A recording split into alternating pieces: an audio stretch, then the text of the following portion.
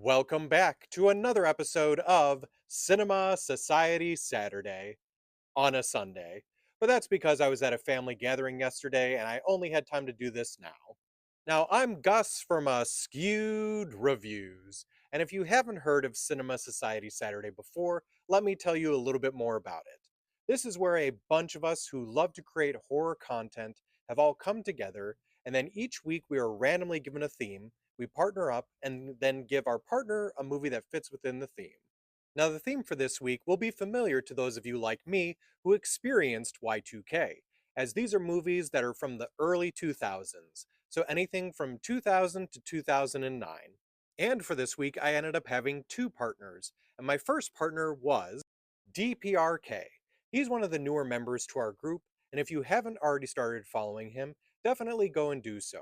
He's got some fun and interesting content, although he is a complete mystery, as he does wear a mask, but he's also an author, so you should check out some of that stuff as well. Now, for this week's theme, my partner gave me the film of Drag Me to Hell. That's right, I'm talking about the 2009 film directed and co written by Sam Raimi. So, after doing a few of those Spider Man films, this was Sam Raimi coming back into the horror genre, and you can tell that he wanted to bring back his lovely grotesque style. Now, if that doesn't already interest you, let me tell you more about the film itself. The movie starts off with our main character of Christine Brown. Now, she works as a loan officer at a bank, but she is very hopeful on getting an assistant manager position. Now, the reason why that bit of information is important is because Christine is not the only one going for this position. She has a coworker who has not been there as long as she has and doesn't know as much as she does, but is apparently still up for the running. Now, she is going to have to do everything possible to convince her boss that she is the rightful one to get that position.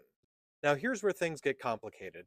An elderly woman named Mrs. Ganush comes in, and she has not been able to make her most recent payments. And if she can't do it one more time, her house may be taken away. So it is now up to Christine to make the decision on whether or not she allows her one more extension or is going to have the home taken away. Her manager leaves the decision up to her, but she realizes this is an opportunity to show that she can also be cutthroat and has the ability to be the next assistant manager. So she tells Mrs. Ganush that she cannot make that extension. This old woman then freaks out on her and appears to actually curse her in the middle of this bank. At first, Christine is, of course, freaked out by the situation, but doesn't really think much of it. That is, until things really start spiraling out of control. Now, she has to figure out some way of stopping what's happening, because if she doesn't, she does discover that within 3 days, a demon will actually drag her down to hell. So here's what I'll say about this film. I really do enjoy this movie, but also when you really look at it, I don't think it has the greatest story to it. There are some very shocking and really gross moments, and I think that's what everyone really remembers about this movie. But if you look at the entire story, I just don't think it's as good as it could have been, but not that it's a bad film. So I think for me on my scale, I'm going to give Drag Me to Hell a 3 out of 5.